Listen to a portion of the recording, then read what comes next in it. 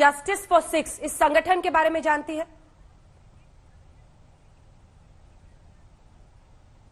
नहीं, मैं इसके बारे में नहीं जानती हूँ। मुझे जो भी जानकारी दिल्ली पुलिस बता रही है, से मिली, दिल्ली पुलिस बता रही है, ने उस टूल को दिल्ली पुलिस बता रही है और जस्टिस फॉर सिक्स वाले संगठन ने मीडिया ऑर्गेनाइजेशंस को भी, जिसमें मैं भी हूं, तमाम लोग हैं, सबको मेल भेजे थे कि लाल किले पर अगर आप हमारा झंडा गाड़ेंगे तो हम आपको इतना इनाम घोषित करेंगे। जब इस तरह का इनाम घोषित करके ये ऑर्गेनाइजेशंस काम कर रही हैं, ऐसे में आपको नहीं लग रहा है कि ये टूल किट और भाजपा के जो अपने सोशल मीडिया के लोगों का टूल किट है या आप लोगों का टूल किट है, उसमें फर्क करना जरूरी है?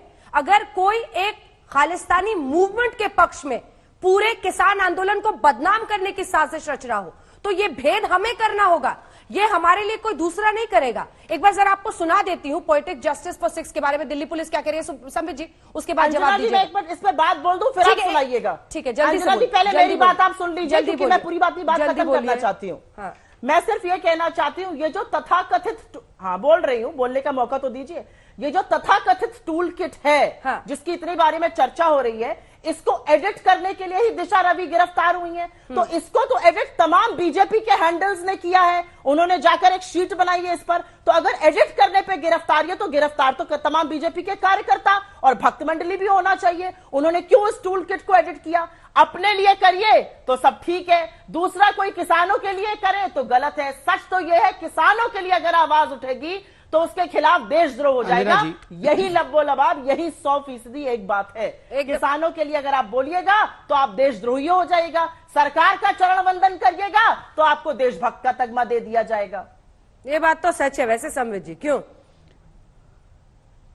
मैं जवाब देता हूं, सच क्या है झूठ क्या है जनता निर्णय। एक बार दिल्ली पुलिस का वो कहना जो बाइट है, एक बार सुना देते हैं। संबित जी, आप ही के पास, आपसे शुरू करूंगी, फिर मैं अजय आलोक जी और आपके पास फौरन आ रही हूँ। शिव कुमार शर्मा जी, जल्दी से सुनाइए जरा दिल्ली पुलिस ने जो ये कनेक्शन बताया है। जांच में यह भी बात निकल के आई कि खालिस्तानी समर्थित संगठन पोएटिक जस्टिस फॉर फाउंडेशन के एमओ धालीवाल ने अपने कनाडा में रह रही सहयोगी पुनीत के जरिए निकिता जैकब से संपर्क किया और मकसद था कि रिपब्लिक डे के दिन ग्लोबल डे ऑफ एक्शन करना और उससे पहले और बाद में ट्वीट स्टॉर्म और डिजिटल स्ट्राइक करना।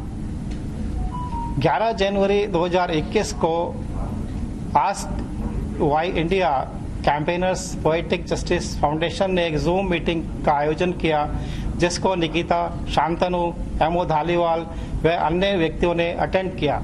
इस मीटिंग के दौरान निर्णय लिया गया कि इस कैंपेन को विश्व स्तर पर फैलाया जाए और धालीवाल का मकसद इस मुद्दे को बड़ा बनाना और किसानों के बीच असंतोष व गलत जानकारी फैलाना था। यहाँ तक कि एक किसान की मौत को भी गोली से हुई मौत बताया गया। एक भूल सुधार जल्दी से मैं कर दूं, पोएटिक जस्टिस फाउंडेशन नाम है इसका, इसीलिए जल्दी से सुप्रिया जी से 2 लाइन का मुझे जवाब लेने दीजिए।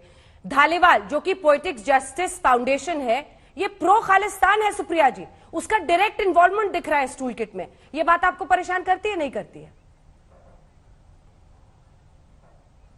मुझे ये बात उतनी ही परेशान करती है जितनी अनुराग ठाकुर का बयान जब वो चिल्लाते थे कि गोली मारो सालों को परेशान करता था। हाँ। मुझे ये बात उतनी ही परेशान करती है जितनी कपिल मिश्रा के बयान आज भी परेशान करते हैं और उसके खिलाफ दिल्ली पुलिस की आंखों पे चश्मा लग जाता है काला, कुछ दिखता नहीं आगे, उतने ही परेशान करते हैं।